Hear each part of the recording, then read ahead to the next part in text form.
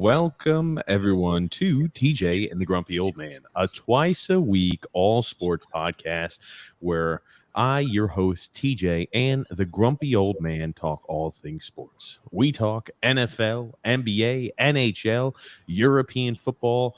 Did I say MLB and NBA? College football. College football, first week of college football this week. Oh man, do we have a lot to cover. But before we get started, with me, as always, is my co-host, the Grumpy Old Man. They say there's no shame in his game because he is always the same. That's me. What is up, Grumpy? How are you this fine Sunday afternoon, I'd say? You know, we're on around the afternoon time period, way early than we usually are on. I just want to tell everyone that this does not mean, even though we usually do this at 8 o'clock-ish, okay, on a Sunday night, this doesn't mean, TJ, that, okay, well, we did it at 5:16 today, so we can subtract all those other times that you're late. Because TJ said he wanted to start this at 5 o'clock today, and as you can tell, even when he wants to start at 5 o'clock, it's still 5:15. Oh, looky there. Looky at you, Grumpy. Anyway, for those of you who are new to the show, welcome. We invite you to stick around a while. We invite you to subscribe on YouTube, to like on Facebook, and to follow on Twitter. As I mentioned earlier, it's a twice-a-week show. It takes place every Thursday, 9 p.m. Eastern Standard Time, and every Sunday around 8 p.m. Eastern Standard Time. This is a pop-up early show. Sorry that it is so early today. We have a few items this evening that we had to take care of, and we wanted to make sure for the listeners of the show, even if you can't catch it live, you'll at least be able to have some TJ and the Grumpy Old Man on your Sunday evening. That's for certain, Grumpy. I wasn't able to get it out there early enough that we were changing the time, but hey, we're still providing content as you guys love. But Grump, first week of college football, and man, oh man, do we have a lot to talk about. There were quite a few top 25 matchups. The Oregon Ducks faced off against the Georgia Bulldogs. I think that went kind of how everybody was expecting. Georgia just beat the freaking brakes off of Oregon. Also, have to talk about that late evening game, that primetime game, the Ohio State Buckeyes facing off against the Notre Dame Fighting Irish. The afternoon game, too, of Arkansas against Cincinnati was a very entertaining game. There was some non-ranked rivalries that were in your neck of the woods, Grumpy, in North Carolina, that there were games that went right down to the wire on 2-point conversions right to end the game. So there was a lot of fun college football action to talk about that we're going to kind of cover today. Aaron Judge at home run number 53. We're going to talk about, can he catch Roger Maris? Can he break the AL home run record? We're going to talk about that a little bit today. Who the heck was that pitcher? And I cannot remember his name to save my life. Zach, it starts with a P, for the Cleveland Guardians, was the Indian. Plesac. Was that? Plesac. He broke his hand punching the mound in anger. So we're going to talk a little bit about his misfortunes and I guess his wild rage out there on the mound. Also, huge news. The college football playoffs are going to be expanding to 12 teams. We're going to be talking about that, all the implications it has. I'm excited for certain on it. And your favorite, Grumpy, Baker Mayfield. He's feeling confident going into this season with the Carolina Panthers. And he's got some choice words about their first matchup against the Cleveland Browns. And also, it's been teased, Johnny Manziel is going to have a documentary being released on his life from Netflix. I'm interested in watching it. We'll talk about. There's a lot to talk about is my point. So again, if you're new to the channel, make sure you stick around a while. We invite you to subscribe on YouTube, to like on Facebook, and follow on Twitter. Also, if you enjoy the content, leave a thumbs up and lets us know you enjoy what we do. B-Bean tuning in, saying what's up. And Jarrell said, TJ, did you mean to get on this early? I know, crazy, right? I figure if I jump on maybe 4 hours early today or 3 hours early today, it makes up for all those 15 and 30-minute late shows. So, I just have to have once every month to jump on like 3 hours. Why don't you tell everyone, TJ, why the show is starting early today? Grumpy, because we have items to take care of this evening, and we wanted to make sure, right, that we provide great content for you guys. That's why we're jumping on here early, Grumpy. Okay. All right. I'll keep you a little secret. That's okay. You'll keep my little secret. That's But cute. here's the thing. I don't want to ever hear you complain about a certain thing when I bring it up. No, Never. do not ever bring that stuff up, Grumpy. Oh, Jesus. Frank K says the Mets will finish as a wild card team. I don't think so. I don't think so. I mean, like, well, they're close. They and the Braves are very, very close. and the Braves are beating again the Marlins today. So I guess that's where it came from, right? The Braves won last night and the Mets lost to the Nationals. So they're like, oh man, they're catching up. I think it was 2 games after last night. So yeah, and I don't think the Mets play today. The Mets play tomorrow against the Pirates. Early game. They don't play. What, they rained out today? It's a Sunday. Oh no, I'm sorry. They lost today. They lost today to the Nationals. My mistake. Okay. They lost yesterday and today to the Nationals, both 7-1. Yeah, those are bad losses, but they're still a game up, and I think they'll be fine. At this point in the season, you don't want to be dropping games like that to the inferior Washington Nationals. True. Going against Pittsburgh, though, that's a series where you've got to win some games. That's for certain. B Bean said, "How about them Gators?" Man, I'll tell you, that was one I felt confident in. I do like the ESPN. They say they give you 10 games to pick from for college football. Who's going to win? Who's going to lose? I felt confident in every single one of those. Florida was going to beat Utah. The Pac-12 is so unbelievably weak. And the SEC is so strong. And you had Utah heading out there to play in the swamp. I knew Florida was going to. The crowd had a big say-so in that game. I mean, we're not playing in Utah. We're not playing up in Washington. Yeah, they were playing in freaking Florida. Utah is not in Washington. Utah. Well, I'm saying, I know Utah. I'm saying they're not playing. They've got teams in that conference that play in the state of Washington, that play in Oregon. They're not big. I'm saying they're not big football, huge, crazy, rowdy fans. When you're going to the swamp, you're going to Florida. It's a different animal than playing in the Pac-12. That's what I'm saying. Again, it's first game of the year, so the rankings really don't mean much. You really don't know who's who for the first 4 or 5 weeks. Utah said this was their national championship game. That's what they came out saying. This is our national championship game. We're rated number 11 in the season to start, right? This is an important game on the road. If we're able to win this game, the Pac-12 is not unbelievably strong. If they go undefeated, right, they would have been in the top 4. Not necessarily. Again, it's the first game of the year. They lost players last year. Yep. You don't know who's who. You don't know who. They could say whatever they want. You don't know who's who for the first 4 or 5 weeks of the season. You just don't. The preseason rankings mean nothing. Just absolutely nothing. I mean, I was really surprised. The crowd was 100% behind the Gators, without a doubt. I mean, they were losing the game. They get a first. I was like, rah! I mean, I wasn't even watching the game, but I'm hearing the roars, and I look over, and it's like, gosh, they're losing, and they just got a first down. And, good for them. It's SEC country and the Pac-12. Here's the thing, right? The SEC has the most rowdy fans out of every single college base. And like, just like you saw here, this is not like it's a rivalry matchup between Florida. It's not like Florida playing Florida State or Florida playing Miami, or it's like, oh, this is Michigan playing Ohio State. This was Florida playing a ranked team of Utah. The first game of the year. And this is what the environment was like, Grumpy, just as you mentioned. It was nuts. Yeah, they were crazy.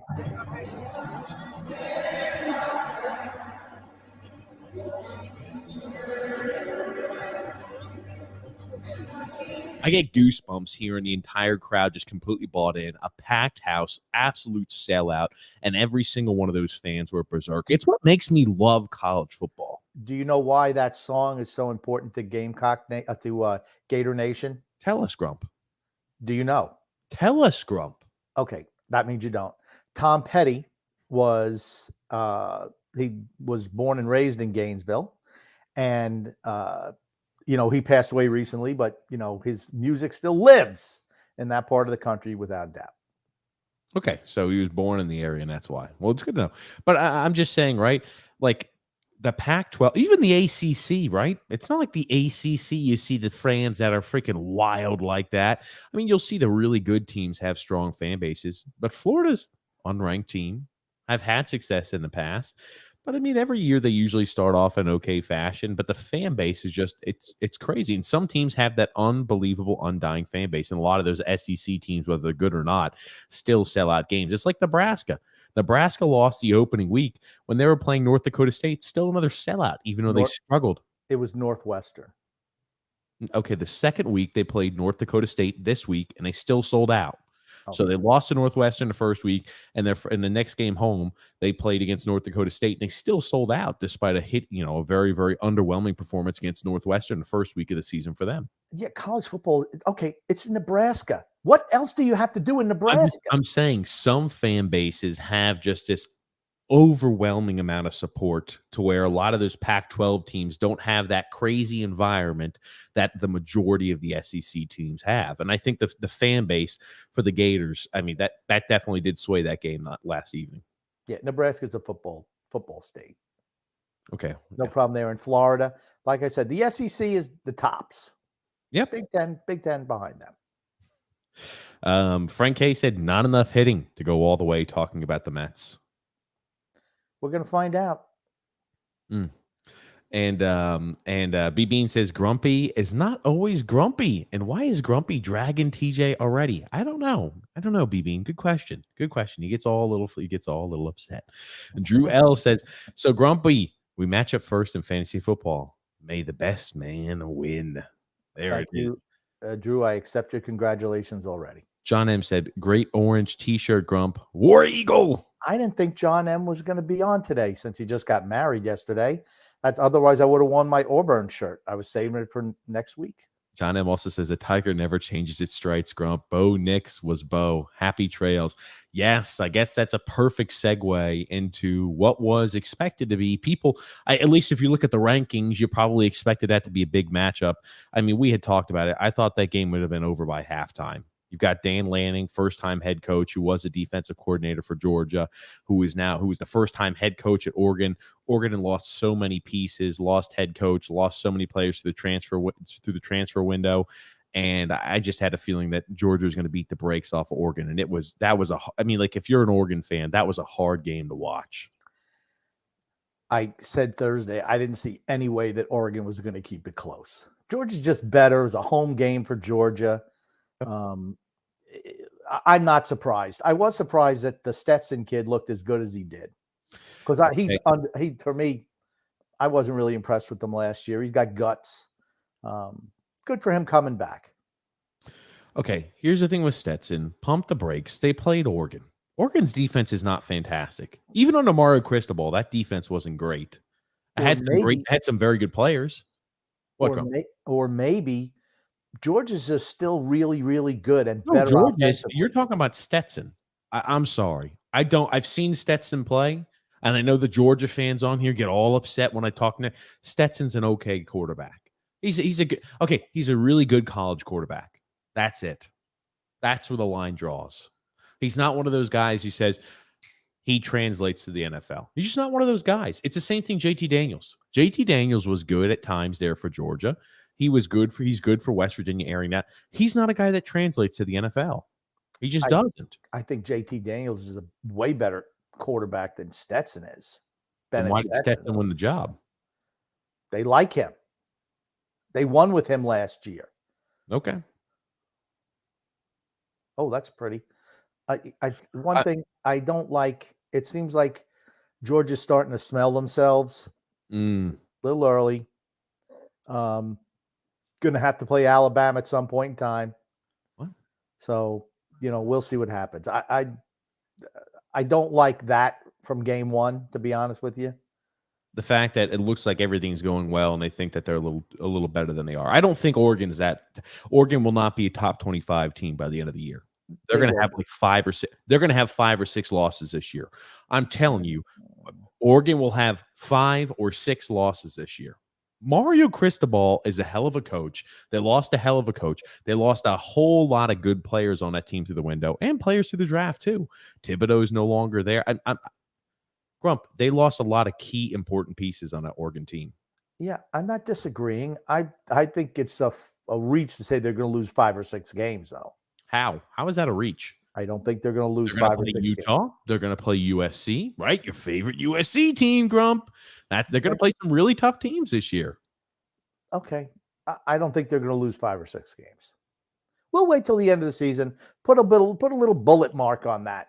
TJ guaranteed to lose 5 or 6 games. No, I said I think they're going to lose 5 or 6 games this year. Bold prediction, Grumpy. If you read the title of this show, it's called College. I think it's called College Football Returns and Bold Predictions. Bold prediction of mine: Oregon loses 5 or 6 games this year. If they make a bowl game, that's a loss at the end of the year too. If they lose, you're just a typical kid. You won game. They play top 25 BYU down the road. Did you see anything in that first game that would give you hope that they said, they're going to be able to compete with top dogs this year? Georgia's a top dog, right? What I saw from that Georgia and Oregon game, Georgia's going to be in the college football playoffs this season. They're fantastic. You can pencil it in now, as long as they don't get too boisterous and they read too much in their own clippings. They stay focused and motivated. They're a top 4 team by the end of the year. They're a team that makes the college football playoffs. That's one thing I definitely did see from week 1. And another thing I saw, Oregon does not compete with those type of teams. There's a long way to go in the season. It's week 1. Okay. I keep hearing that. Yes, I do. I remember a team in 2001 came out, got beat 31-0. Actually, no, it was 2003. Lost 31-0. And everyone's saying, oh, that team sucks. They are finished. No shot of them doing anything this year. Lost to the lowly Buffalo Bills. That was the New England Patriots. They go on to win a Super Bowl. So week 1 doesn't hold the same weight with me as games later in the year. That's why you see a lot of upsets, a lot of really close games where the underdog does something spectacular. You'll see good teams maybe not perform as well. It's week 1. I get it. I don't put a whole lot of stock in week 1. I look at Georgia smelling themselves already after week 1. You know who's not smelling themselves? Alabama. Hey, here's the thing. I think Alabama's a hell of it. You would say from this Georgia team, though, they look like a top 4 team in the nation. Yes. Would you say? Right now, yes, I think Georgia's very good. Yes, I do. Fantastic. They're fantastic. They lost a lot. Think about how many members they lost off of that defense. A defense still looks freaking stout. Your Keely Ringos still look intact, right? You lose your Jordan Davis. You lose so many of these valuable and important players. You lose so many linebackers. That defense is still freaking stout. Unbelievable defense. I was shocked that Bennett did as well. I tell you one thing. I've always been a big Darnell Washington fan. Huge fan before he even transferred to Georgia. He's been a fantastic, fantastic player. Did you see him hurdle that defender from Oregon? I did not. 6'7", 270 pounds, hurdling a safety. It was freaking unbelievable, Grump. And that Georgia team just has so much going for them. I'm not saying, hey, they're winning the national championship or anything like that. I'm just saying they have not taken a step back. They haven't slowed down. They haven't let their foot off the gas, at least as it looks like right now. Yeah. The one thing that name, image, and likeness is going to do, it's going to make a lot of other teams better. And I can't wait for the playoffs to expand. That's what I was about to say. Well, let's not talk about the playoffs just quite yet. We're going to get into that because I think it's huge to talk about. I want to talk about a few more of the matchups we saw this week, and we're going to jump into name, image, and likeness. We're going to talk about the 12 team expansion to the college football playoffs. I'm freaking pumped about it. But just look at this, Grump. I mean, is this the tight end you were gushing about last year, or a different one? This is the tight end I was gushing about last year for them, who wasn't the white guy who was the freshman. Ooh, baby. Okay, that wasn't much of a vault. The guy dove at his knee. He's 6'7", 270 pounds. Okay, to me, no, look at how low the guy tries to chop him. How are you going to tackle him? He wouldn't even have cleared a high hurdle. He wouldn't even have cleared a hurdle. My boy, Darnell Washington. I'm telling you, right? That's a guy I can promise you gets a shot in the NFL just because of his ability like that. Number one, just because of his measurables, he will find a spot in the NFL.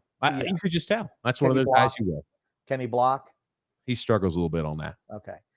And here's the thing. His technique isn't great. Let me put you on. If he works on his technique, it doesn't look super fast. But here's the thing. The fact that he was able to, jump over that piece of paper like that impresses me. Oh, looky there. I know. Did you happen to catch the Notre Dame Ohio State game. Did you happen to catch any replay of the game? I did not. You know, I didn't. Any replay? I didn't. No, I didn't. Notre Dame It was kept closer than I thought. That game was closer than I thought. That's what I was about to say. I don't know why I thought, right, Notre Dame, brand new head coach. I know he'd been with the program, been as a defensive coordinator in the past, but first time being a head coach.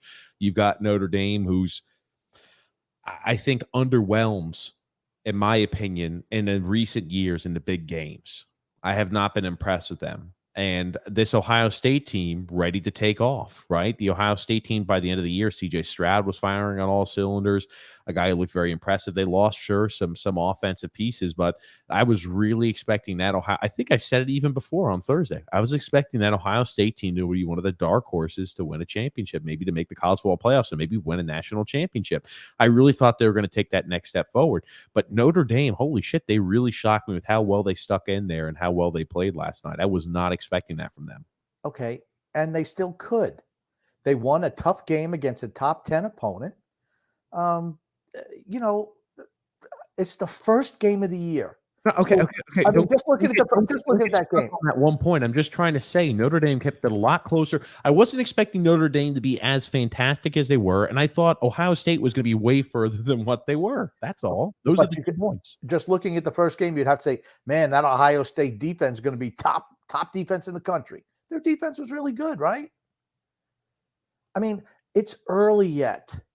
I just want you to pump the brakes. Which one of these kids is going to the NFL Hall of Fame? I know you have. Is that the tight end? Is he going to the Hall of Fame?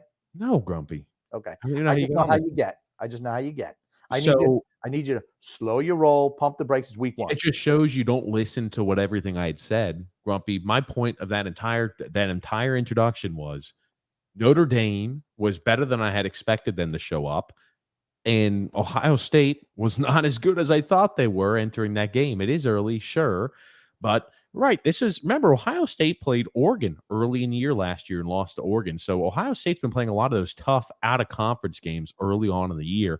I just didn't – after what I've seen from Notre Dame in the past, I didn't have high expectations for them. Just the stat, since 1998, Notre Dame is 3-22 when they play against top 5 opponents. So opponents rated in the top 5, they are 3-22 over almost the last 2.5 decades. They haven't been a team that's played very well sometimes against those top 5, top 10 teams. It's just that simple. I was shocked at the performance I saw on the field from them. And you know what? The right decision in their head coaching selection. There's been so much hype behind Freeman. I was like, first-time guy. You just went ahead and lost Brian Kelly. Maybe you want to pump the brakes on it. I understand now the hype that he got, and I think it's a little bit warranted based off of what I saw on the field last night. It's 1 week. It's 1 week. I'm sorry, it's 1 week. I believe in the hype of the head coach. They lost. They only scored 10 points. I believe in the hype for that head coach. It's 1 week. I'm not saying he's not going to be a good head coach. I'm not saying he's going to be a crappy head coach. It's 1 week. The opening week of the season. Like I said, it's week 1. If this is week 6 or week 7, maybe we have a different view. Let's see how the teams progress. Ohio State will get better. I believe at the end of the day, Ohio State will be a team in the Final Four. Because I'm not saying they won't. This is a game they had to win, right? Was that? This is a game that Ohio State had to win if they have national championship hopes. You got to beat a team that's rated in the top 10. Yeah, sure. Maybe Notre Dame is overrated like they are every year. That's possible because when you're 3-22 in your last 25 trips against teams that are, ranked in the top 10, well, you know what? I'm sorry, in the top 5. Well, maybe it tells you something. Maybe they're not as good as their press clippings are. Like I said, I didn't get to watch the game yesterday. I did not expect Notre Dame to win. They didn't. I was surprised the score was only 11-point difference. Yep, and Notre Dame was up at halftime, if I recall correctly. It was like 10-7. They played really well. And again, it wasn't even a neutral site game. I think that game was in. I think that game. Where was it? Was that game? I think it was in Columbus. Yeah. So, but here's the thing. Went on the road like that. I was very impressed what I saw from that team. Remember, I have watched plenty of those Notre Dame games under Brian Kelly, under Brady Hoke before that, and I've been like, ugh, every single time I'm left thinking they've underperformed, and I'm less than satisfied with what the product I've seen on the field. I didn't feel that way after watching. It's given it's only one Marcus Freeman game as a head coach, right? But I was impressed. They performed better than I thought. That's not something I'm used to seeing out of Notre Dame in the last 2 decades. They scored 10 points. They had 10 points. 10 points. They scored 10 points. They got shut out in the second half. Guess what? The Ohio State head coach went in at halftime and said, "What the hell's going on out here?" They come out and they beat them 14-0 in the second half. You think it's that simple? What the hell's going on here in the second half? That's exactly right. Your ass That's is flying exactly right. Maybe they were smelling themselves. Maybe they were smelling themselves before the season started, right? Perhaps. I mean, they've got Heisman candidate, 2 Heisman candidate favorites on that team. So yeah. I mean, that's why I'm saying it's week 1. Let's just pump the brakes a little bit. Albeit I did not watch that game. They still covered the spread. Okay? Maybe they didn't score 55 points. It was 21-10. Maybe their defense is tremendous this year. It's week 1. Let's just calm down. Ohio State's going to be good. Hold on. What do you think I need to calm down? I can't say that I was impressed. That Marcus Freeman team looked better, even despite the 11-point loss. They looked better than losses that I'd seen under Brian Kelly coach team. I can't say that. I don't think that's jumping to conclusions. I'm saying against Ohio State, who I think is a very talented team, who's a top 4 team. We think, right, by the end of the year, that's probably going to be a top 4 team. That's going to be fighting for a college football playoff spot. That the Notre Dame team and a Marcus Freeman coach team look better than I had expected. I can't say that. That's jumping too far ahead in week 1. Yes. I don't know.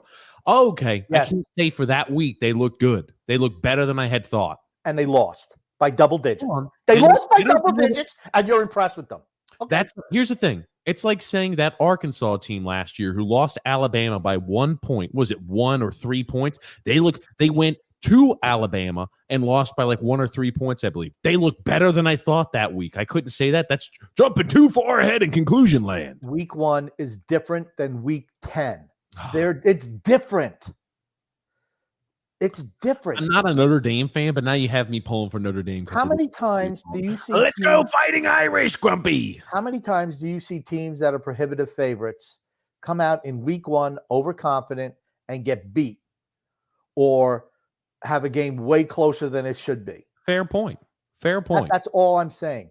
I don't know if Notre Dame is going to be good. I'm not sure that Notre Dame was I'm not sure Ohio State was a prohibitive favorite over, I think it was number 11 or top 10 Notre Dame. I don't think they were a huge favorite over them. They were a favorite, but not huge. And they beat them by 11. Okay. So to me, I know they weren't 11-point favorites, so they overperformed. So you got to say Ohio State overperformed. Their defense shut down Notre Dame, right? You could say that over week 1. Could you not say that? They just shut them down. Shut them out in the second half. Couldn't do anything. You're going to make me the biggest Notre Dame fan in history, Grumpy, with this BS. I know you hate Notre Dame. I know you do. I'm not a Notre Dame fan, but you're making me one. You're slowly chiseling my hatred away to where I'm just starting to build up on my foundation. I said Thursday, I said Ohio State was going to crucify Notre Dame, and I said pun intended. And just to get a few laughs too. But I was really impressed with what I saw at Notre Dame. So, right, I'm recanting what I originally had said. I wasn't expecting huge things out of Notre Dame this year. I'm expecting them to be better than what I had expected. That's for certain. What was your expectation? 5-6 losses? Like they've got a tough schedule this year. Okay, but every year they have pretty much the same record. I mean, they kind of handpick their opponents. That's the benefit of not playing in a conference. So, and here's the thing. At the end of the day, Notre Dame, just based on rep alone, if they have 3 losses, they're still going to be top 10. Notre Dame plays this year Ohio State, top 25 BYU. That's a win. Top 10 Clemson, and top whatever top. They're 14th right now, USC. They had 5 opponents to start the season that were ranked, 2 within the top 10, and however many in the top, or 5 in the top 25. I'm saying they have a hard schedule this year. But I liked what I saw in week 1. Well, we're going to see with USC. Okay. Like I said, USC, who I've been trumpeting all off season with Lincoln Riley going there with the guys they brought on NIL, They won 66-14. Who'd they play? Rice. Now, should Ah. I say, ho, let me tell you something. They're a juggernaut. Dude, No, they're playing St. Mary's Sisters of the Poor. I'm talking about Notre Dame playing Ohio State. They I'm talking lost. about Georgia they playing. lost. I'm talking about legitimate teams playing. I'm not talking about the team that you go ahead and pay $5 million to come here and get your ass whooped. That's not what we're talking about, Grumpy. We're talking about legitimate college programs coming to play legitimate college programs, Grump. All I'm going to say is Notre Dame went to Ohio State, double-digit loss. USC plays Rice, double-digit victory. Oh, that's cute. I'm not saying, and so early on, that game was 7-7. I was like, that's who cute. knows? Rice moved right down the field and scored a touchdown. It's early. All I'm saying is it's early. Here's the thing. I enjoyed the opening weeks. Bold prediction show, Grumpy, and you're sitting here on the freaking fence. Okay, right. I've already made my bold predictions in the offseason. I don't need to make more now. Okay. You're pathetic. I think USC. You're pathetic. I think USC, you want a bold prediction, is going to win Pac-12.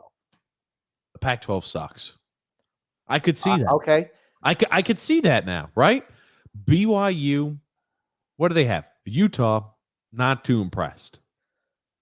And USC, it's still going to be a lot to take, it's going to be a big jump. It's going to be a big jump from, hey, we're losing 5-6 games a year to, we win the conference in one season. But the Pac-12 is miserably weak.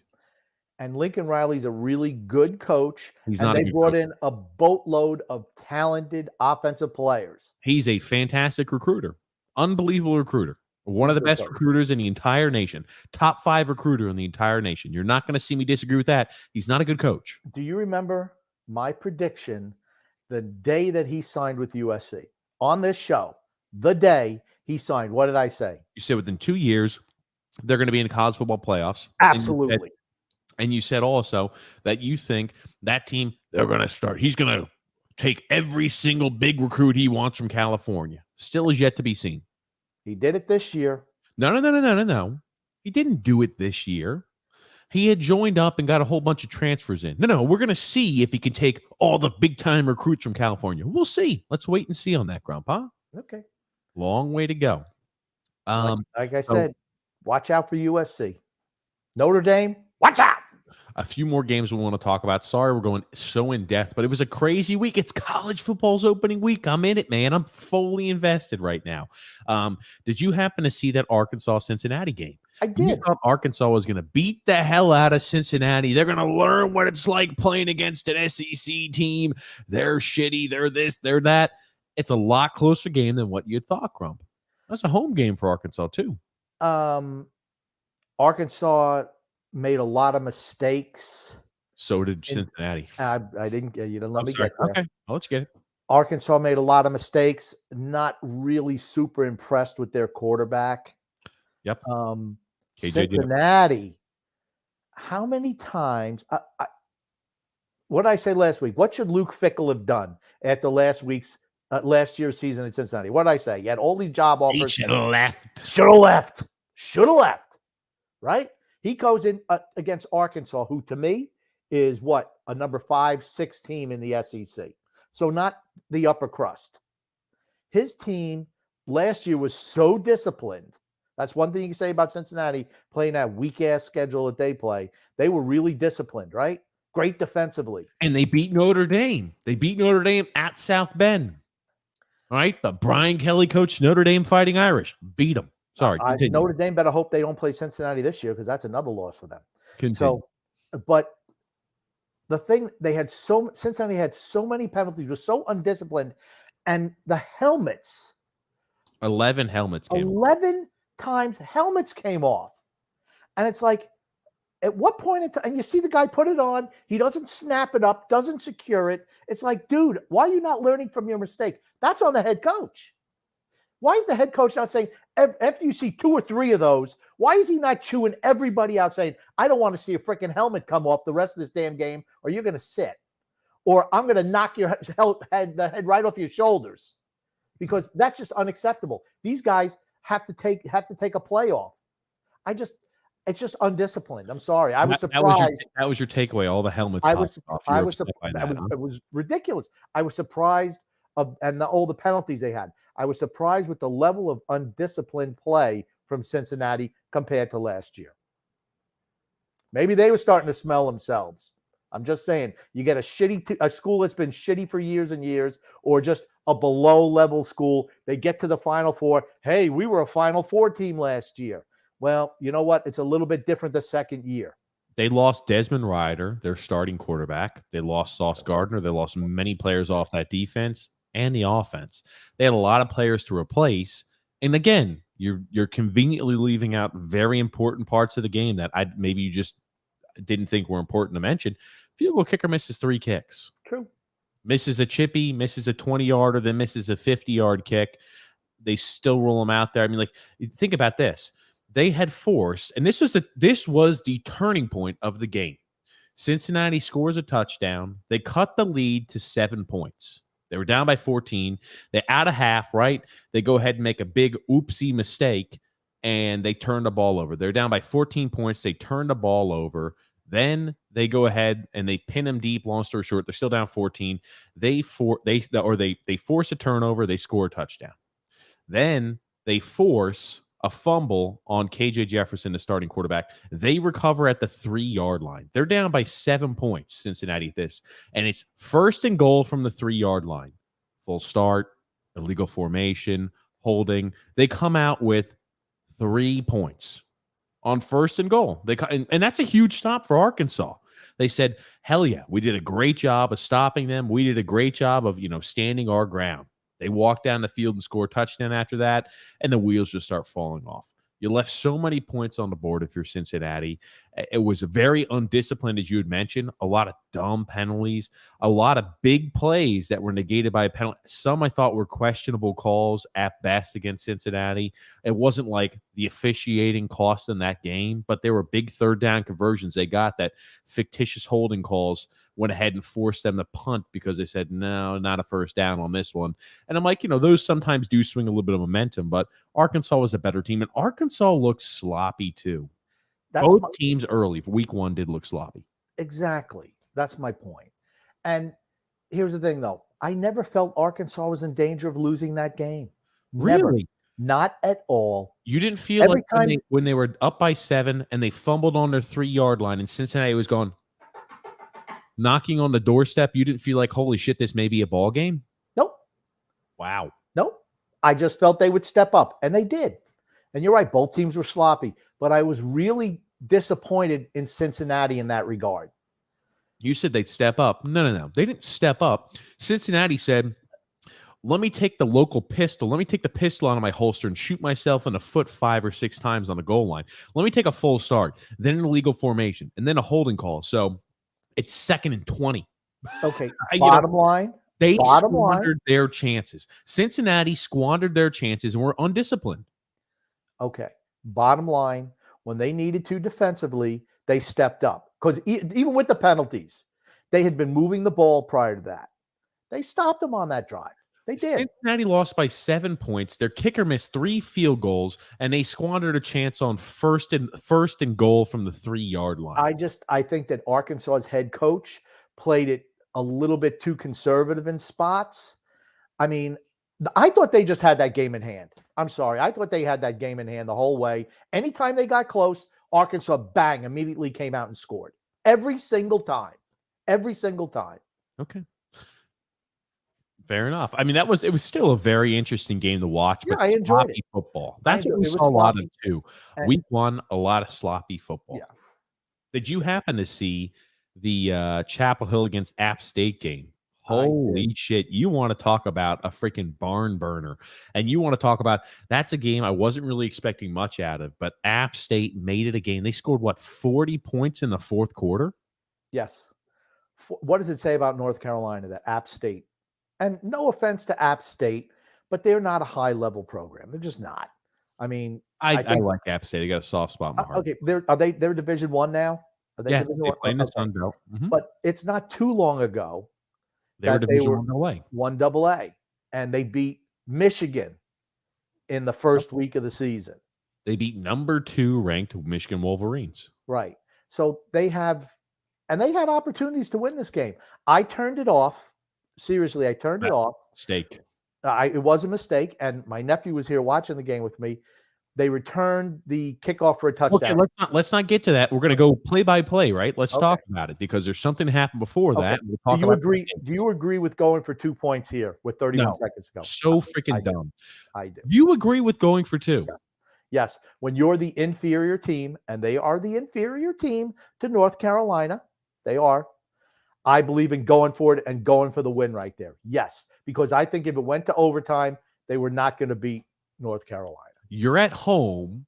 Rely upon your fans, App State. You're at home. Rely upon your fans. And you had just gone and scored 30 points to what at this time period, 30 some odd points to Chapel Hill's 7 in the fourth quarter. Freaking Uncle Mo was on your side. Momentum was on your side completely at this point. Take the extra point, get it to overtime, rely upon your fans, and rely upon the home field advantage. Don't do anything dumb like that. All the momentum was on your side, and you go for a 2-point conversion like this. It was so unbelievably fucking dumb. I couldn't fathom it. It was so stupid, Grump. They went for this 2-point conversion. I have no problem with it. I understand the thought process totally. And here's the thing. If the wide receiver... Okay, let's show the replay. Let's show the replay first before you talk about it before we do it.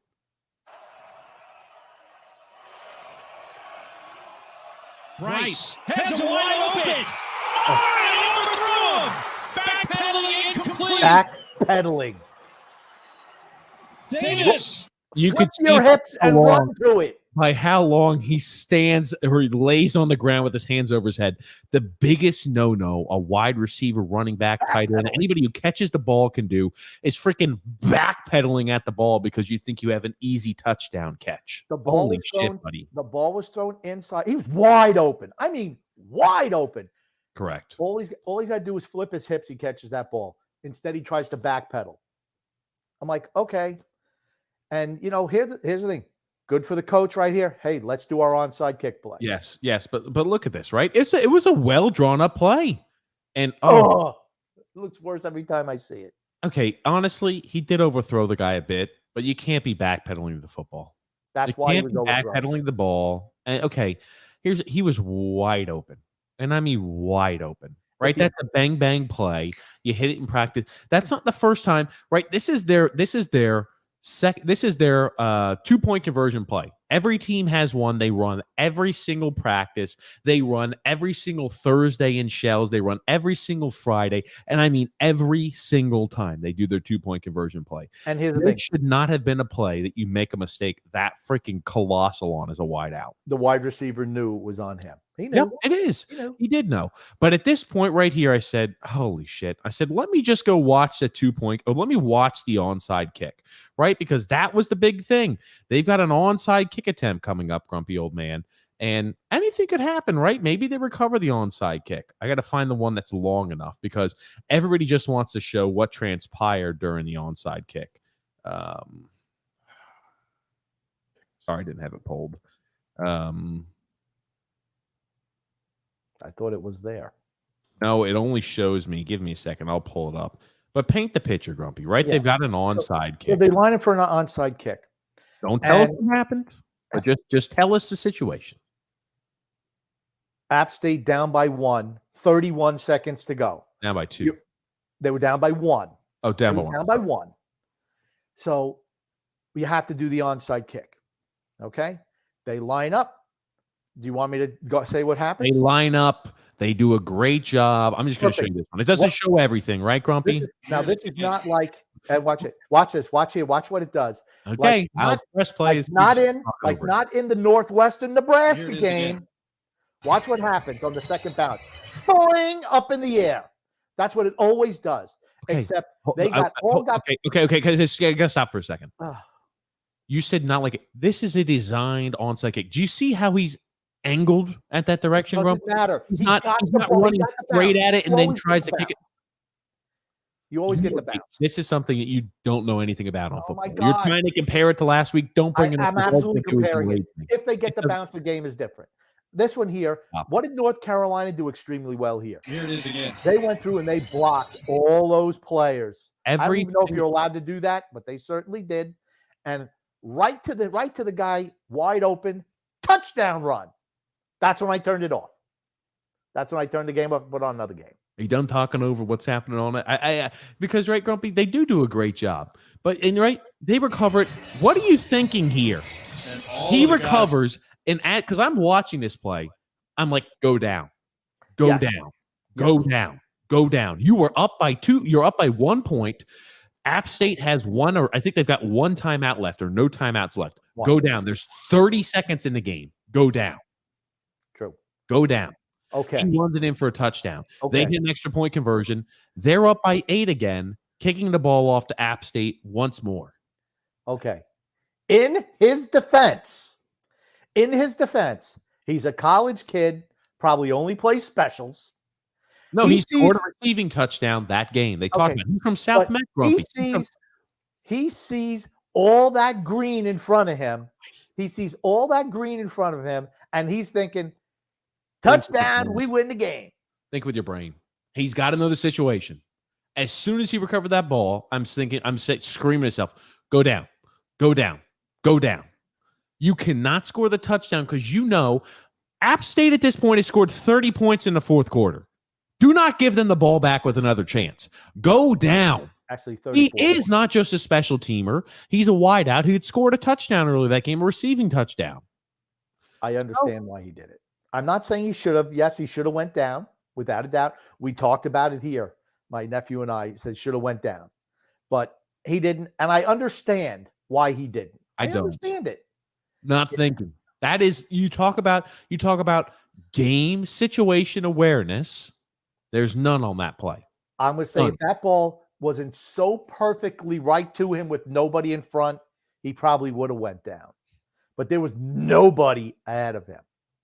And then, all your defense has to do is stop Little Appalachian State in 24, 25 seconds left without scoring a touchdown and getting 2-point conversion.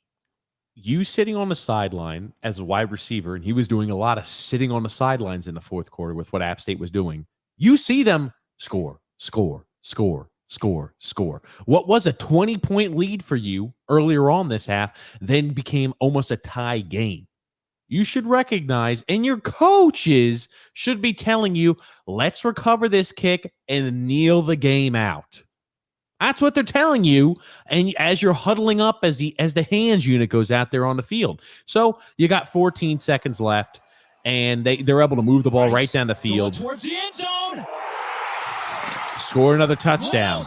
This game bring a Robinson touchdown, and now they're a 2-point conversion away. Score it, and they fail on the last 2-point conversion. Why did they fail? Nobody, when he rolled out, no one moved away from their man. They all stopped. There was a wide open space where any wide receiver breaks off of his man, it's wide open for a 2-point conversion. None of them did. They stood there and they let him run the ball. That's what happened. It was a read option, I think, wasn't it? Well, the whole thing is, if you see your guy scrambling out wide and your wide receiver, and you see that wide open space, help your quarterback out a little bit. Help your quarterback out. Come back to him. Come back. Don't stop. Don't stop wide. This is number 17 again. Yeah. Come back and help your quarterback out. It's designed. Okay, here's the thing. It's designed you stay in that spot, and either the quarterback says, I'm going to throw you the ball or I'm going to run it. He thought he was going to be able to break an arm tackle, and he couldn't. He's not a mobile guy. That's not a play I'd roll out there on the 2-point conversion, but it's a play they felt comfortable with. Anyway, so, right, the announcing crew was hard to listen to on this one. Hey, it was a close game. You got everything you paid for as an App State fan. Unfortunately, you went home upset. It was like that for the ECU-NC State game, right? We talk about those way too high. The first week of the season, some teams are rated way higher than they should be.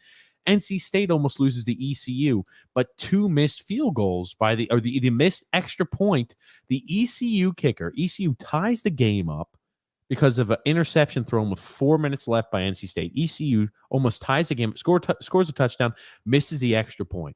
They stop NC State. They march down the field for a field goal attempt, and ECU misses the field goal attempt, and they lose the game. But man, oh man, there was a lot of those close games week 1 of college football. Iowa won 7-3. and they didn't score a touchdown. They had a field goal and 2 safeties. That's Iowa. That's week 1 for you. That's week 1. That's week 1, man. That's what happens in week 1. Stuff like that happens in week 1. That doesn't happen in week 6, 5, 6, 7, 8, 9, 10. They just don't. First week of the year.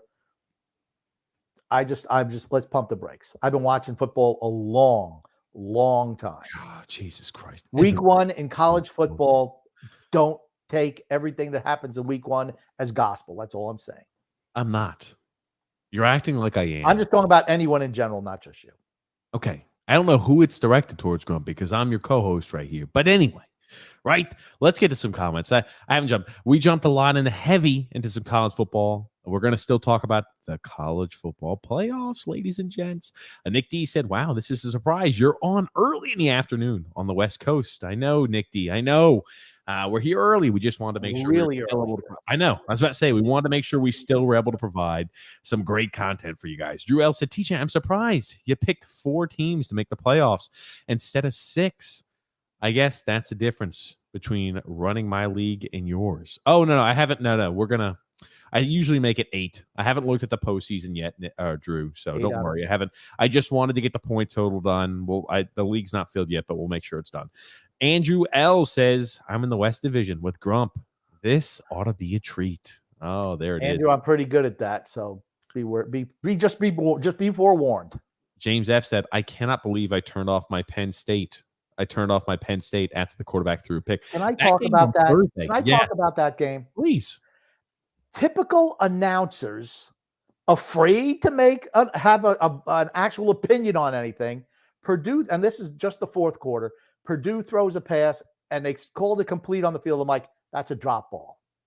That was a drop ball. It was so obvious he dropped the ball, scooped it in with his left hand. And they're like, well, did he have control of it before he let go? No, he didn't have control. Don't be afraid to take a chance there. So when it winds up getting overturned as incomplete, they're like, well, yep. Then they go right with whatever the officials say. It drives me crazy. Don't be afraid to have an actual opinion.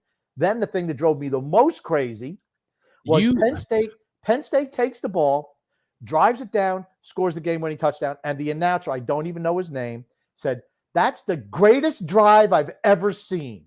Was he just from like another planet?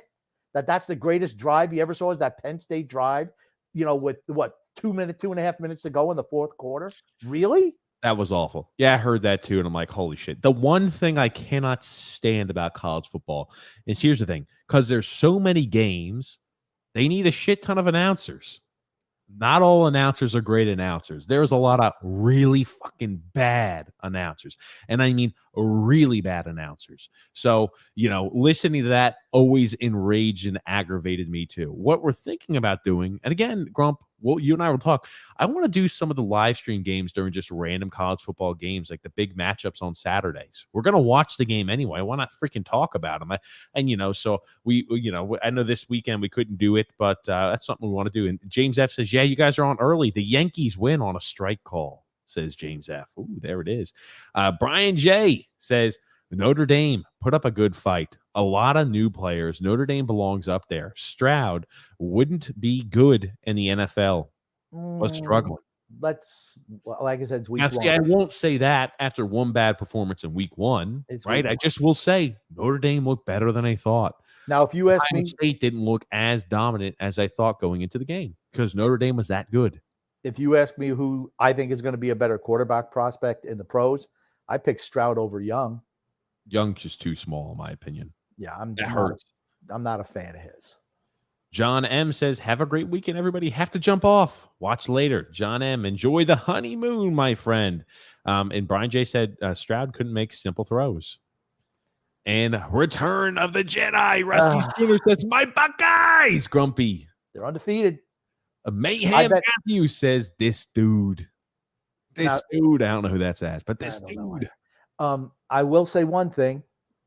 Do you think Ohio State drops to number 3 and Georgia goes to number 2? Yes. So do Absolutely. So do I. I mean, I think Notre Dame's a much better team than Oregon, but wow, that Georgia team. Brian J says Notre Dame tight end is going to be really good in the NFL. They have a history of putting out pretty good tight ends. Yeah. I was about to say, it's like certain teams always just have a knack to find really good players at certain positions. Like, look recently, all these Alabama wideouts that have been successful in the NFL. And, there's a lot of teams, like a lot of teams are able to produce certain players. I know Penn State used to be linebacker U. They produced all these great linebackers year after year after year. It's been a while, but they used to produce a lot of really great linebackers, Grump. Micah Parsons won more recently too. That's how you get the nickname linebacker U, by turning out guys like that historically for years and years and years. Apex Legends says Grumpy Old Man knows his stuff when it comes to sports, but I'd rather take TJ the moldy I think he said I'd rather take TJ the moldy hot dog advice on nutrition. It looks like the Grumpy Old Man hasn't eaten a veggie since World War II. It's not Grumpy, true. I had one 3 weeks ago. Grumpy, you got to start eating. Grumpy, we got to get your health in order, Grumpy. I help you get your health in order. B Bean says TJ's correct. Georgia proved they can reload like Bama without needing to rebuild. Thank you, B Bean. Okay. Thank you, B Bean. That's right, Grump. I know B Bean is a huge Georgia fan. I totally understand. All I'm saying is, did beating Alabama once last year, when they've lost to them over and over and over again in recent years in the big game, does that put them over the hump, or do they get a little full of themselves? Oh, that's totally. I mean, like the Bama Georgia game, it's a different animal. Both those teams are so unbelievably talented and head over heels above anybody else in the SEC. I still think they're head over heels above Texas A&M, and I hope I'm not eating my words by the end of the season. Texas A&M ranked 6th, right? Off of what? They were okay. They were pretty good last year. Great recruiting classes in the name of Jimbo Fisher. And the NIL, without a doubt. So they were ranked 6th, and they steamrolled who they played yesterday. Yeah. SEC. Like I said, it's going to be fun watching the SEC this year. And Andrew L said, I've always wanted a bigger playoff for the college football, but I feel 8 would have been just right. 12 seems too much. Let's talk about that. I'm sorry, there's other comments we're getting to. That's what we always said. We thought 8 teams was the perfect amount for the college football playoffs. We really did.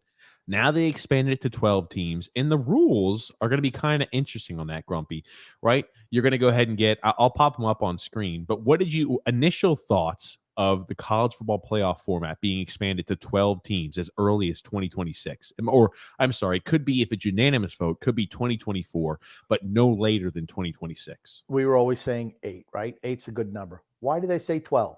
Well, if you look at the rules, the top, of course, it's always money.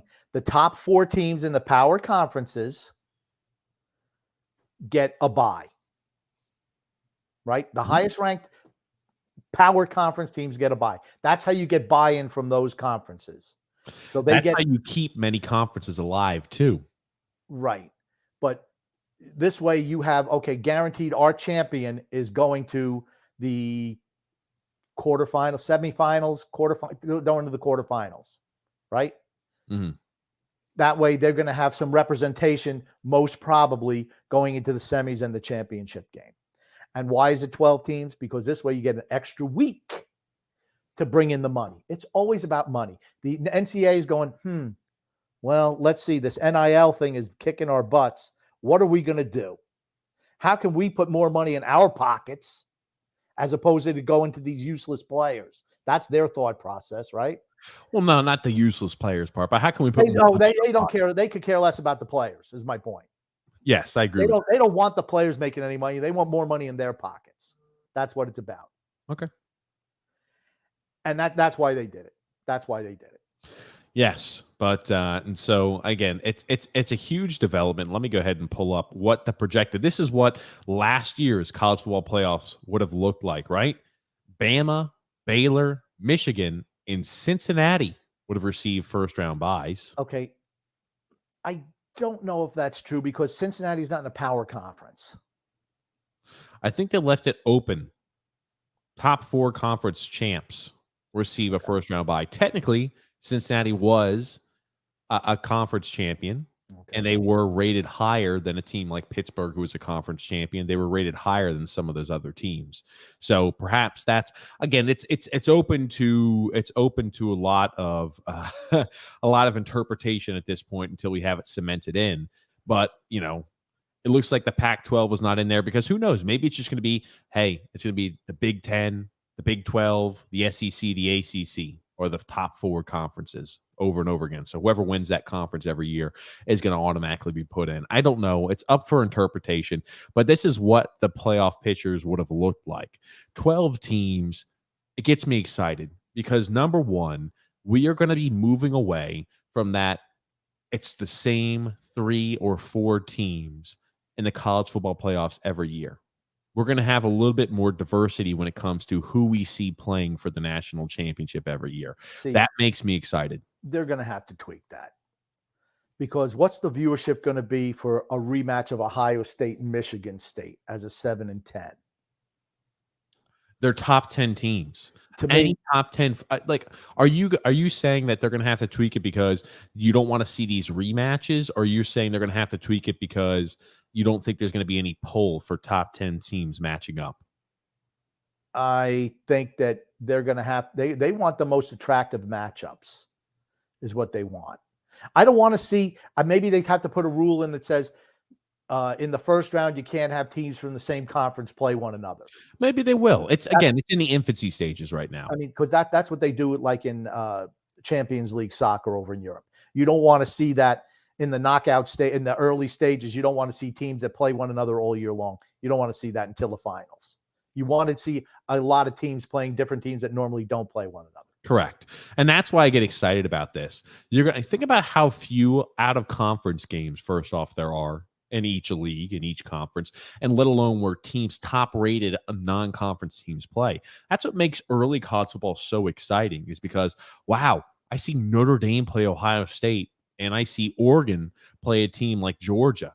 And you see, oh, wow, I see Arkansas play Cincinnati. Teams you usually wouldn't expect to see play each other. But, dude, I am so excited, Grumpy, about now. I feel like there is more than a fair enough shot for any team to win a college football playoff. It really is. Because as easy as it is to say Alabama, right, when it's going to be much tougher to win a college football championship now than it has in the past. You're going to really have to run through the gauntlet.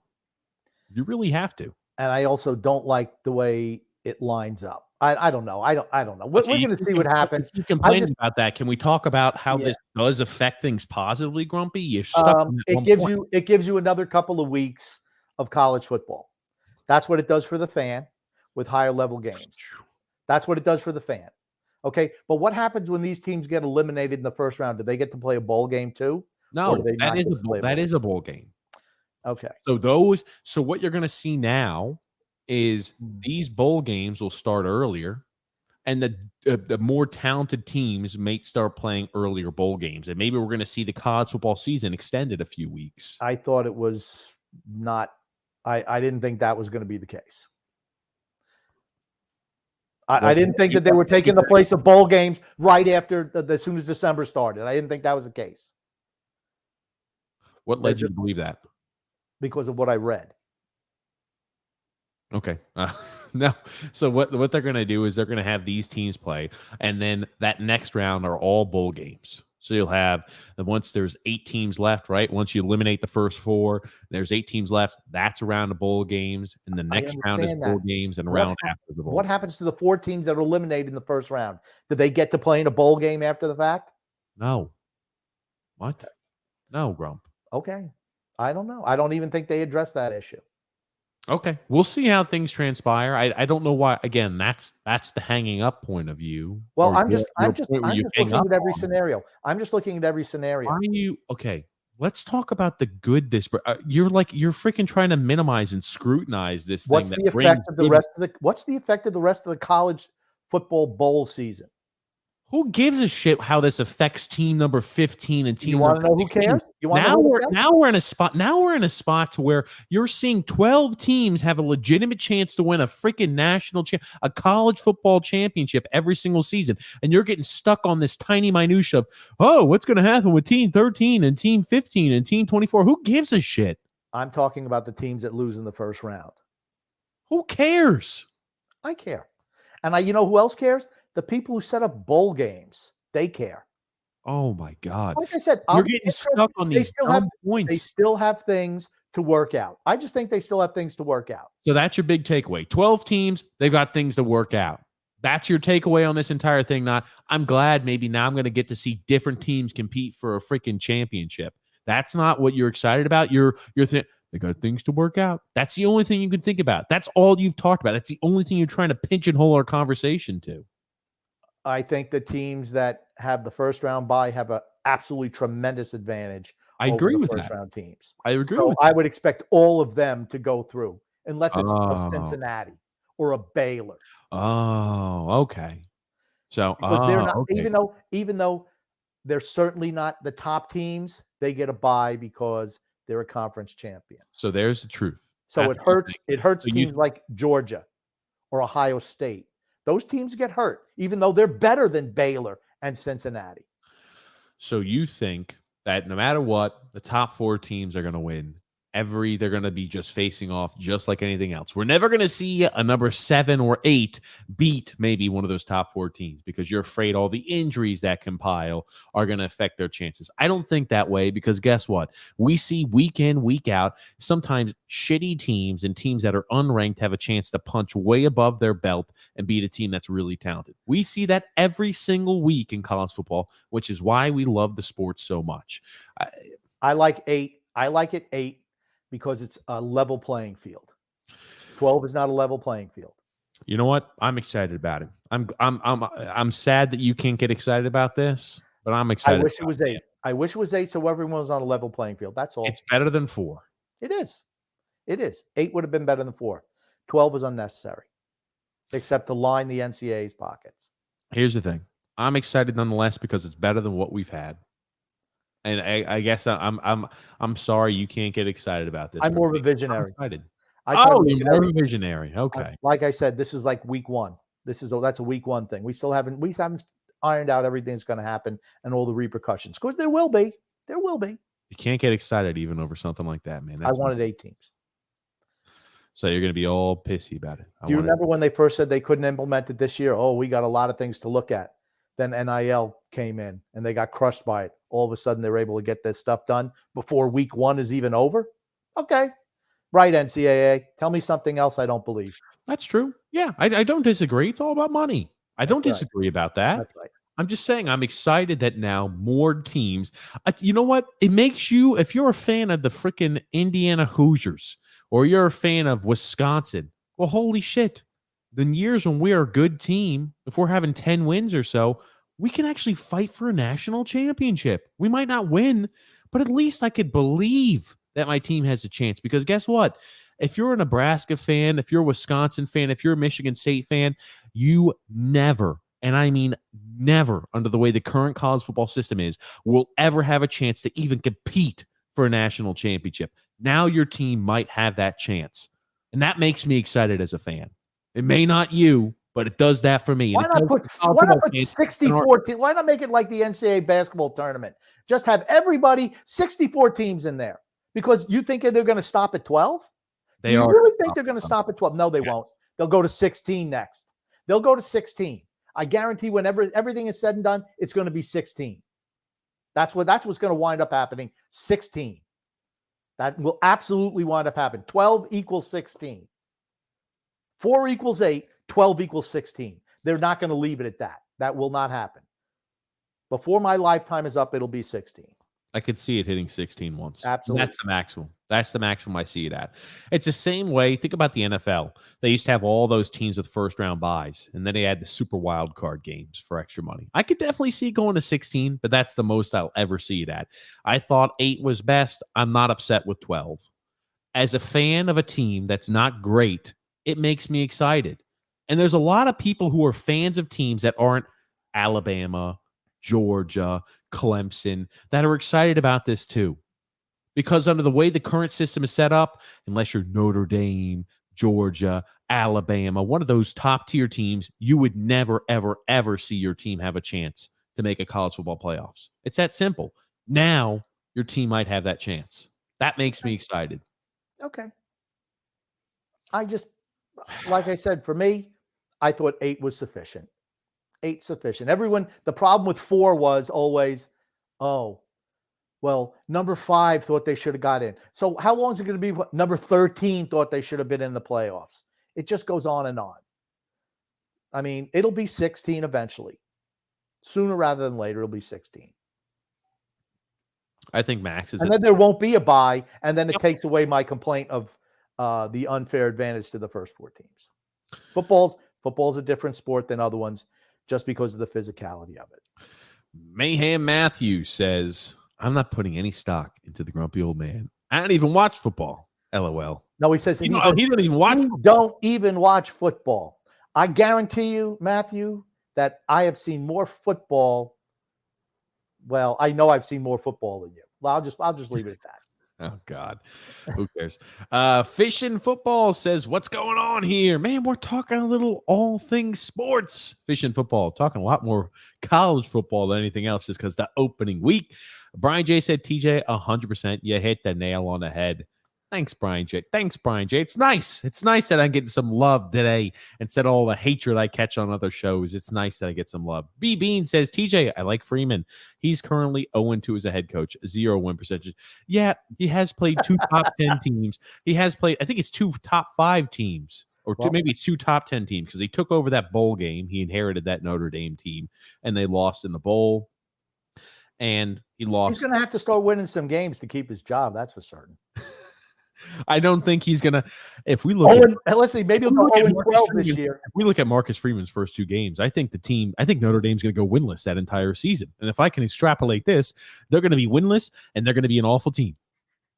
The grumpy old man. Matthew Mayhem also says grumpy old man didn't even watch any games. Every game you asked about, he didn't watch. There's only one game I didn't watch, just one. Fish and Football says call-in show or not. We do have call-in shows, but not today. We do have call-in shows though. They don't. No, we do. You're calm. Oh, you calm down. I'm excited for football. I'm excited for football too. Open for discussion. Yeah, I'm sorry. I guess we didn't get to the comments early enough, but yes, a little Notre Dame Fighting Irish. You don't know because you didn't even watch the game and play like a champion today, says Brian J. Rice grumpy. LOL. Yeah. Rice sucks. They suck every year. Like I'm saying, but I'm not saying that. And I like USC. I think they're going to be much, much better this year. But for me to say USC is a national title contender because they beat Rice 66-14, no, it's week 1 against a bad team. And we got Fish Football saying, "Are you with each other? Yes, still. You both still lose." I don't even know what that means. Mayhem Matthew says, "I want you both to come on my show and actually say something smart." Well, Matthew, if we did, at least somebody would be saying something smart on your show. Oh, no. I'm not going to sub because you don't respond to comments. Well, sorry, Mayhem Matthew. What can I say? Fish and Football says, we got to it later. Man, we're not going to interrupt a good conversation to jump into the comments. We always get to the comments, but we're not going to interrupt conversation for that. And we do. Maybe it's not. Hey, it's a 2-man operation. We don't have a team working here. Fish and Football said, do you guys respond to the viewers' comments or you're like the ESPN commentators with 8 people watching? Yes, we're like ESPN commentators with 8 people. No, Fish and Matthew, we get to it. It's not pre-recorded. We just go ahead and go through. We go through the comments afterwards. Sorry again. That's how we do it. Andrew L says, Matthew just checked your channel. Pipe down, but oh shit, look at there. Andrew L throwing it out there. But if you're going to be live, be honest. No, we're live here. And it's clear live. Matthew Mayhem. Oh God, we got a whole bunch of those comments. Anyway, let's get to the point here. Oh my God, there was a whole bunch of fighting on in the comments. Sorry about that, Grump. Well, I'm not going to read all these fighting comments. Drew Ellis said, TJ, I think it's about time Grumpy gets that inside scoop of who I'm drafting. Yes, Grump. So to give you a little bit of an inside scoop, Drew L did send us a little bit about what he was going to be looking at, Grump. TJ and Grumpy. So as you might know, this is my secret sauce I'm about to show you. I'm going to expose every single player that I'm drafting in each round. I'm going to give you guys the best picks that I think I'm going to go in. And yeah, my pick's coming up very shortly, so you guys will see. As you guys know, I'm a big fan of the robust kicker strategy. As you can see, my thing just started. But I'm going around, as you can see, everyone's picking guys like Jonathan Taylor, Christian McCaffrey, Cooper Kupp. They're all waste picks. I don't know why you're picking guys like that. And now my pick is up. Here we go. So, you know, I'm a big robust kicker guy. And so my first. Do you know what the robust kicker strategy is, Grump? It's like where you target one certain position over all others and then fill in the others on the back end. Exactly. And if you've got a kicker that can go ahead and put up massive points, because sometimes, man, those kickers can swing a game. You see kickers sometimes put up 16, 20 points at times. But it's a bold strategy, Cotton. Let's see if it pays off for you. But he's got Justin Tucker queued up. First pick that I will be selecting will be. Oh, Grumpy. Oh, Grumpy, you got Rick rolled. I liked it when I saw that late in the morning. I tell you. Oh, Wicked 50 Cal says, hey, everybody, to be honest, I'm one of the few people that isn't really into college football. If I hate to pick a team, it would be, or if I have to pick a team, it would be Notre Dame. I will definitely stay on because I enjoy watching you guys. Well, thanks, Wicked 50 Cal. We appreciate it. B Bean says here, TJ and Grumpy Old Man, it's your show. You run the show exactly the way you want to. Thank you. Absolutely. Thank you there, B Bean. And 12 is better, says Brian J. Hey, I'll tell you, I'm not upset about it. I'm not upset about it. Grumpy maybe is a tiny bit. It's going to be 16. Eventually it'll be 16. I think so too, because I think that they're eventually going to weed out those first round buys. It's only a matter of time. We saw it, and we're seeing it happen in the NFL. So now, who does that really hurt though? In the short run, top tier teams. It hurts the teams that are first in the nation, first, second, third, and fourth.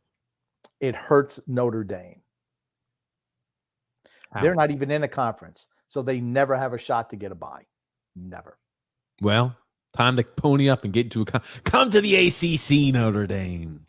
Anyway, so this is what got everybody excited. Johnny Manziel, a possibility, or it looks like this was posted by Netflix official Twitter page, and this is what we see. Oh boy, has he grown up at all? So it looks like we are going to see a documentary in the future. Now you said you're not excited about it.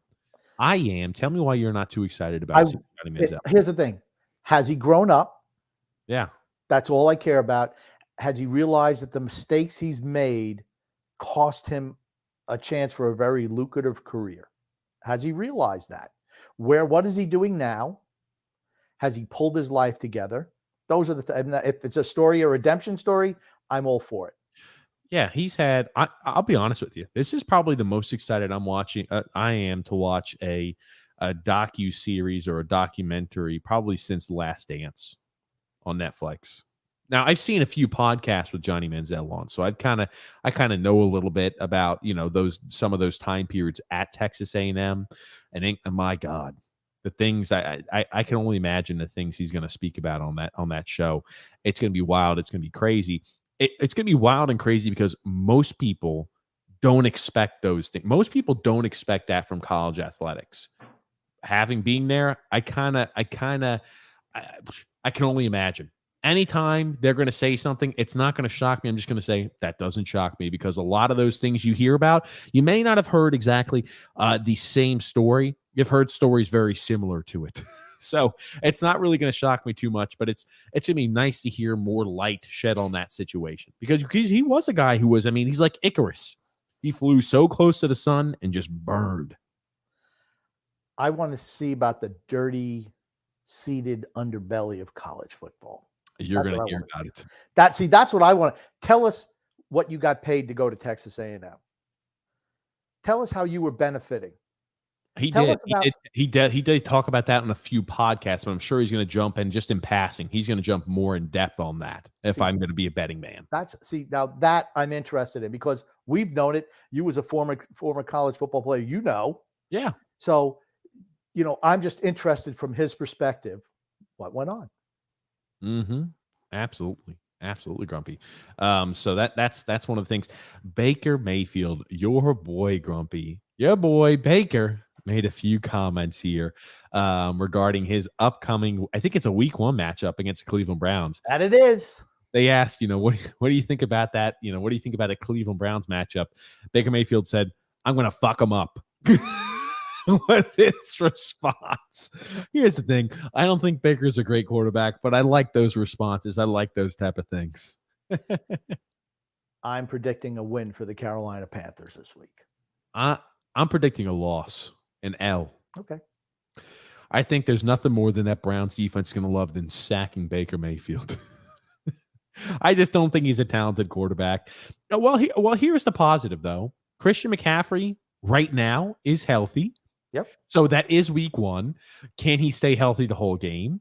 So those Carolina Panthers teams are much better with a healthy Christian McCaffrey. He's healthy at the moment, but he still does have to get through practice this week. Maybe he's going to sprain or roll his ankle or dislocate his shoulder. So there still is the possibility he might not be healthy for week 1. But right now, that is a big plus for them. I just feel confident.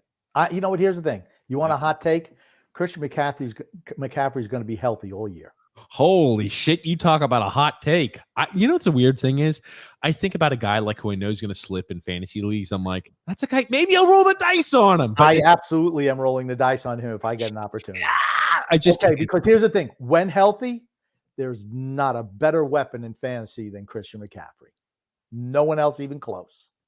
Okay. And that's with me saying he's not going to run the ball 200 times, but he's still going to catch upwards of, 80 to 100 catches.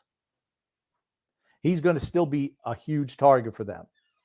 I like Christian McCaffrey. Drew L said, you know what's going to be a magma hot take, Grumpy? Saquon Barkley will be fully healthy as well. Ugh. Another guy not afraid to roll a dice on somebody like that later round, maybe. I tell you, I got no interest in Saquon Barkley. He'll probably be your first round pick, won't he? Ugh, I hope not. Aaron Judge, 53 home runs on the season. Will he break the 61 home run mark set by Roger Maris? Will he be the all-time or the single season home run record for the AL League? I hope not. I don't like how Major League Baseball is getting in on it now. I hope not. Do you think, though? Do you think he can maybe do it? Oh, I think he can do it. I don't know if he will, but he certainly can.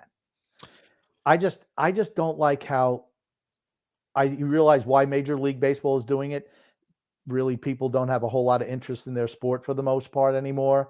And what's to make them interested? And they're trying everything they can to drum up some interest for Major League Baseball. And here's the thing. The reason why baseball isn't as popular as it used to be is all Major League Baseball's fault itself. Letting the analytic geeks run the sport was a huge mistake. Huge mistake. It's a big mistake. And there's not a lot of intrigue because there's not a lot of personalities in baseball. Or they don't advertise the personalities in the individuals in baseball enough. That's something that's serious, right? That's something that hurts, I think, baseball. You don't really, everybody is so like cardboard, everybody's so homogenized, where it's like, hey, oh yeah, they're so rigid with responses and so hey, oh yeah, I get asked this question, I always answer with A, B, or C bubbles. There's nobody who goes off the board and just speaks it how it is, or speaks what their actual experience is and speaks what they're actually thinking.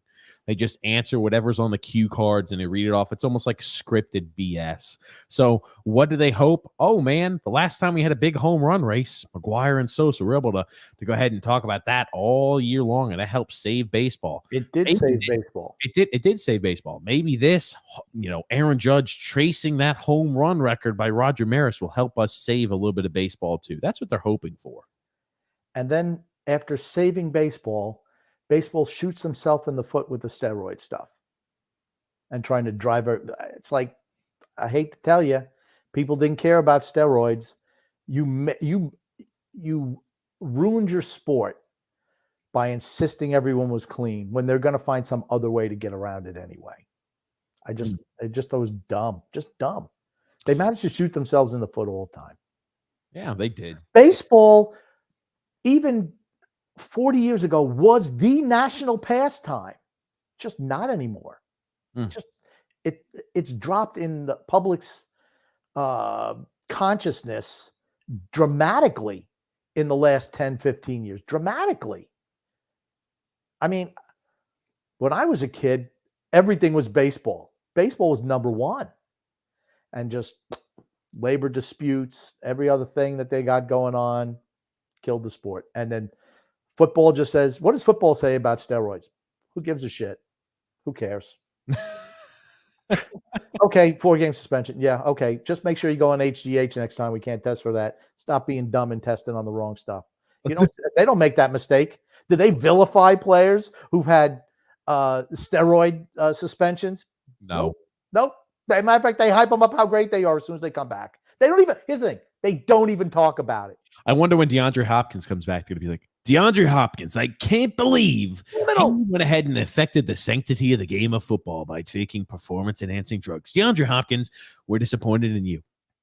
That's one thing that the NFL does so well. They could care less about any of that stuff. They could what? It's going to ruin the all we care. They don't care about the players. I don't care. Look at how good he performs out there. Look at our TV ratings. I don't care if he dies when he's 45 years old. He won't be able to play then anyway. I tell you. So got a comment here. Now this is something I want to talk about that I thought was funny here. Zach Plesac here. He's out for breaking his finger after he punched the mound.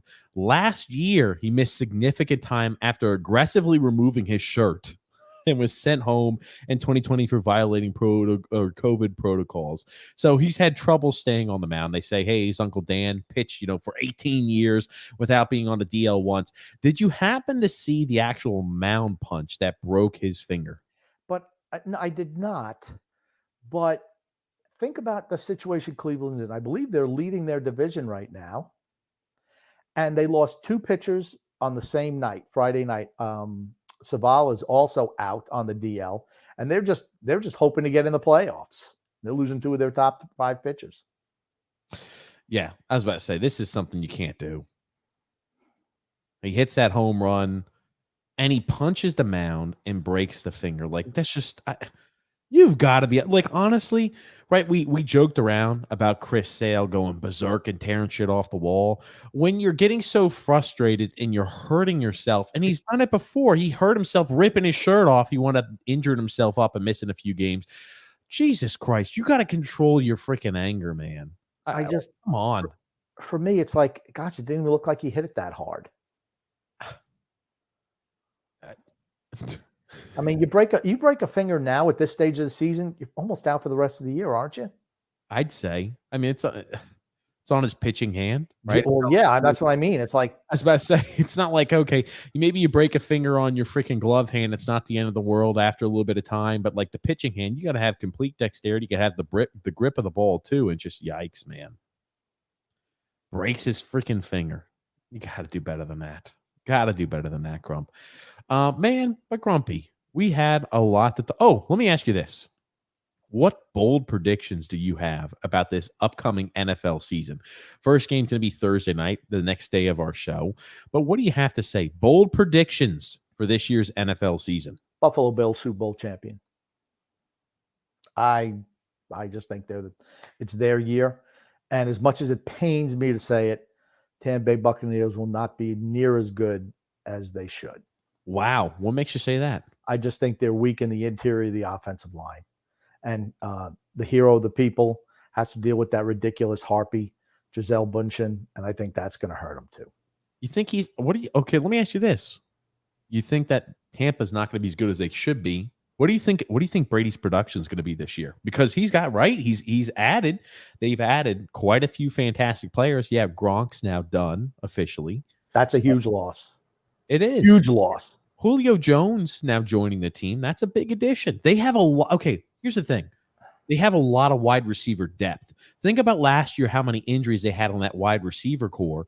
And you're like, oh man, they're down to, you were listing off because you follow the Tampa Bay Bucks. So you were listing down all these guys, no name guys, but they have a lot of depth in that wide receiver core now.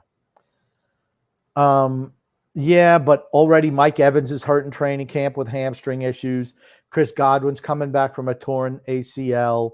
He's not going to be readily available. Russell Gage, who was their offseason acquisition from Atlanta, he's been out all preseason long. Julio Jones has been hurt most of the last 2 years.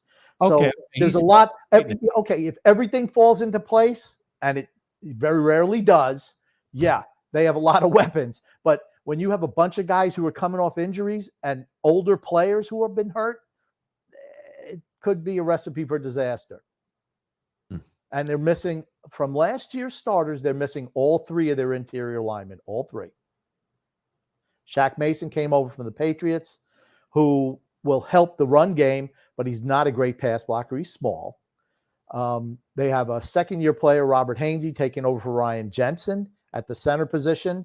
He got hurt in the last preseason game, and then they're still trying out somebody at left guard. They had drafted a kid in the second round who was coming from a right tackle, converting to left guard. Sometimes he looks good, sometimes not so good. Nick Levert, who's a versatile backup, he got injured. He's been up and down in camp. Ali Marpet retired, as you know. So, I mean, I think that's going to be an issue, particularly early on. Andrew L. says, Spit and Chickle just uploaded a 4-minute video on the Islanders. That might be to check out. If somebody wants to link that to a Spit and Chickles. But Grump, here's my bold predictions. And you want to talk about freaking bold. I'm trying to go as bold as they can go. I think the Kansas City Chiefs will not make the postseason this year. No, that is bold. You want to talk about bold? We've talked about how tough that division is and how tough the AFC is. Unbelievably talented. They really are. I think sorry to interrupt. That's Everyone's saying the Raiders are going to be the worst team in that division. Watch out. I think Josh McDaniels is going to do a great job with them. I think the Chiefs are the odd man out. I look at teams that improved. I think the Chiefs took a step back this offseason. They don't have the same wide receiver threats. I know Mahomes is good. Mahomes struggled last year. He did. Yep. It's as simple as that. The Broncos added Russell Wilson, which is a huge addition. They've got now the legitimate quarterback. That's what they were missing in Denver. They've got the quarterback now. The Raiders. They add a huge wide receiver threat. And Devontae Adams, that's a huge plus. That is going to be a very robust offense. And the Chargers take big step forward. They add J.C. Jackson. They add defensive. They added so many Khalil Mack. They had Khalil Mack. That's right. They had so many pieces that had defense. I think that AFC West is the best division in all of football. And here's the other thing, right? There's 3 wild card teams after the Super Wild Card weekend. The Ravens, I think the Ravens take maybe a little bit of step forward. I cannot see them struggling as much as they did last year. I think the defense is there. I think the Bengals are a talented team. I think Chiefs don't make the postseason. Again, bold prediction, but there it is for you, Grumpy. Any other predictions that you have that are bold or magma takes before the season begins? I don't know if it's a magma take, but I think I'm not discounting the Dolphins potentially making the playoffs. I think the Dolphins can make the postseason. Absolutely, I do. Well, then somebody's not going to make it out of the West. Yep. I mean, 2 teams, maybe not. If you're saying Baltimore, I mean, right? You get the Browns. You see you don't see the Browns making the postseason. The Browns? They don't have a quarterback for the first however many weeks. Okay. Jacoby Brissett's their quarterback. No shot. Okay. Particularly if they lose to the Panthers this week. No. By a reinvigorated Baker Mayfield.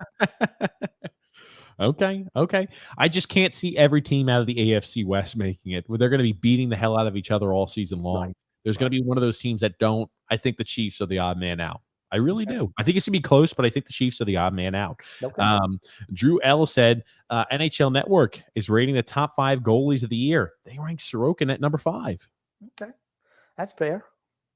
I think so too. And let's take a quick look here. I'm going to see if I can find that Islanders video here.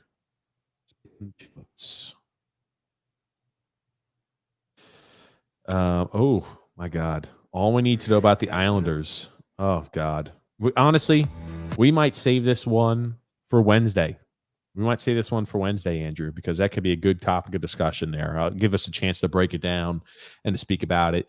I think we're going to have on Phil's Facts on Wednesday, but we're going to make sure we'll iron that out. We'll have a few more guests before still the off season's going on.